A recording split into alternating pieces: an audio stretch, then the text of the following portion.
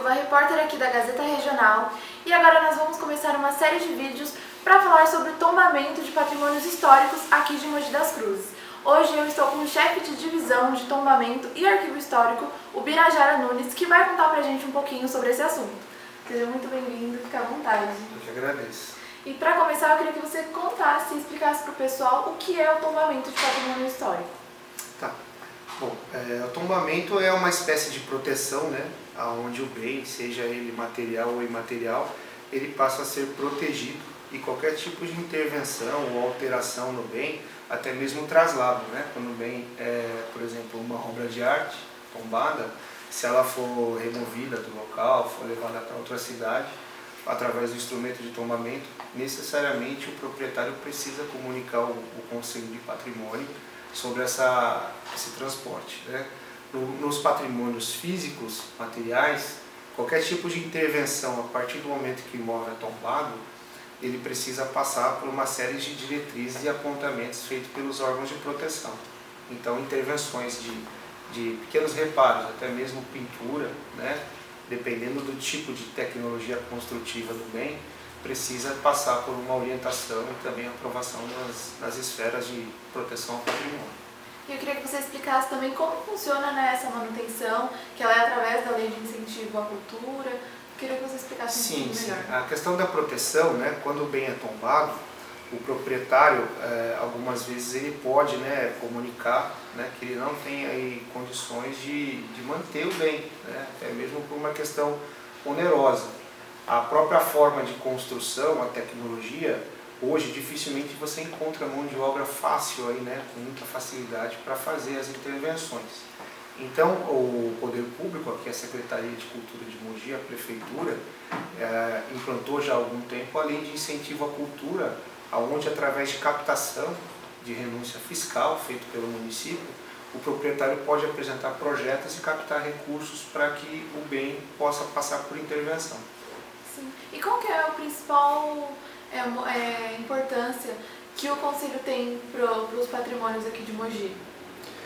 Olha, a partir do momento que você cria um conselho, né, e o conselho é importante destacar que ele é formado por membros da sociedade civil, né, é paritário, ou seja, 50% da sociedade civil, 50% do poder público, e aí você tendo essa proteção, você, tendo o conselho, você consegue, através disso, promover uma política pública de salvaguarda dos bens, né?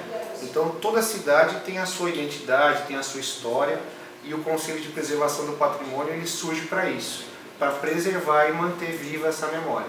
Sim. E aqui de Mogi você pode falar alguns principais que são conhecidos popularmente pelas pessoas que já foram tombados aqui na região central? Tá, a gente pode falar do Teatro Vasques, né, que é um ícone aqui da cidade, e é importante destacar que o Teatro Vasques é um teatro que já tem mais de 100 anos, né, e ele foi construído, já a título de curiosidade, foi construído antes do Teatro Municipal de São Paulo. Ele é mais antigo que o Teatro da capital, né, isso é bem interessante. O Casarão do Carmo, as igrejas do Carmo, né, os casarões, o casarão do Largo Bom Jesus, o casarão do Largo do Carmo, nós temos a Igreja Matriz, né, nós temos o Coronel Almeida, temos o casarão da família Pinheiro Franco. Alguns imóveis desses que eu citei ainda estão em processo de tombamento, né, mas a maioria já estão protegidos. E você pode falar alguns que estão nesse processo? Os processos de tombamento? Sim, nós temos o próprio mercado municipal, né, também em processo de tombamento, a Igreja São Benedito, também em processo de tombamento, o Casarão do Beco do Sapo, que o pessoal também acessa ali o Largo 1º de Setembro, também está em processo de tombamento. Deixa eu ver o que mais posso te falar aqui da área central. Nós temos alguns casarios, né, que aí já a população talvez reconheça apenas por passar. Se eu falar o número e o endereço, talvez não vão conseguir localizar. Mas são vários imóveis e os principais já estão tombados. E quais são os principais critérios para um patrimônio ser tombado?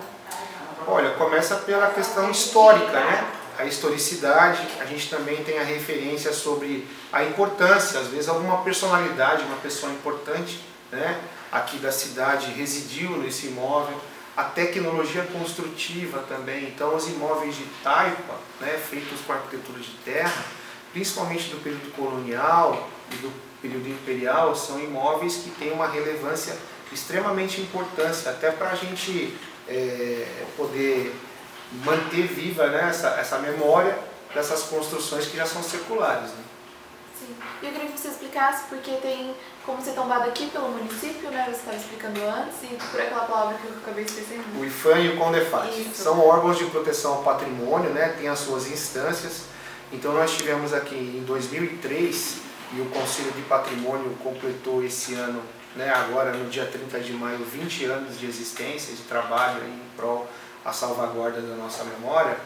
E tem o CONDEFAT, que é um órgão de proteção ao patrimônio do governo do estado de São Paulo, né, que já foi implantado já há mais tempo, na década de 70, e o IPHAN, que é o Instituto do Patrimônio Histórico e Artístico Nacional, que é o órgão máximo de proteção ao patrimônio, né, que é da esfera federal. Sim, e aqui em Mogi tem alguns que foram pelo Conselho Municipal e também por esses, né? Isso, exatamente. Em Mogi a gente tem a legislação desses 3 órgãos vigentes na área do Centro Histórico de Mogi, a partir do tombamento das igrejas do Carmo, né, que é o nosso patrimônio mais relevante assim, em termos de historicidade e de antiguidade. Então, a partir do tombamento das igrejas do Carmo, é criada uma área envoltória de proteção, chamada área envoltória dos 300 metros, né, é um raio imaginário que é criado a partir da torre da igreja, onde essa circunferência de 300 metros, qualquer intervenção em qualquer bem dessa área precisa necessariamente passar por aprovação do IPHAN, do Instituto Federal, do CONDEFAT, né, Governo do Estado, e a partir de 2003 o Conselho de Preservação do Patrimônio Histórico. Então essas 3 legislações aí trabalham conjuntamente em prol da manutenção e salvaguarda dos bens. E como você disse, era para ter sido, a gente estava conversando no off, né, que era para ter criado o conselho lá em 1983? 86, isso. Houve uma primeira proposta, né, do município aqui, na década de 80, mas infelizmente não logrou êxito. A gente teve que esperar mais alguns anos aí para frente para poder ter efetivamente a criação do Conselho de Preservação do Patrimônio em Mogi, que na época foi uma vontade da gestão, né, da prefeitura, do governo Jundiaí, e o secretário era o nosso saudoso historiador Jurandir Ferraz de Campos. E como você se sente sendo historiador, vendo quase 20 anos, né, de história perdida, vamos dizer assim? Muitos patrimônios podem ter se perdidos, ter sido demolidos? Sim, só uma coisa, eu não sou historiador, eu sou arquiteto, né, e sou especialista em patrimônio histórico. A gente acaba se tornando historiador, né, de alguma forma, até por trabalhar com historiadores, né? No nosso departamento nós temos 2 historiadores, um museólogo, eu arquiteto, com especialização na área de patrimônio. Então, voltando à sua pergunta, a gente, por um lado, em 2003, quando o Conselho é criado, a gente consegue visualizar, 20 anos depois, uma estabilidade nessa questão das intervenções, principalmente mais agressivas, né? De descaracterização, de demolições na área central. Logicamente, vendo as fotos antigas da cidade, né, que vocês tiveram a oportunidade de ver no livro do Glimber, se perdeu muita coisa, né, das nossas referências, principalmente arquitetônicas. Mas uma curiosidade, né, para apresentar para vocês, e depois até passo para vocês o mapa, que é a questão do nosso arruamento. As pessoas reclamam, às vezes, muito das ruas estreitas do centro de Mogi, né? Mas esse traçado é colonial, é um traçado do século XVII, né? Então, poxa, as pessoas, por um lado, pensam nessas ruas estreitas, não dá para estacionar meu carro, não dá para manobrar, é muito trânsito, mas é uma referência da nossa cidade colonial ainda, né?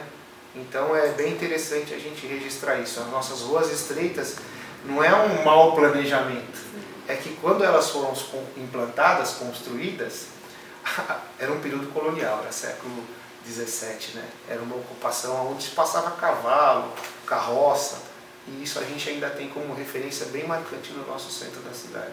Sim. Bom, muito obrigada. Agora a gente vai visitar o Casarão do Carmo e o Teatro Vasques. E esse é o nosso primeiro episódio, aguardem os próximos, que estarão bem legais. A gente vai contar curiosidades desses patrimônios históricos aqui de Mogi. Até mais!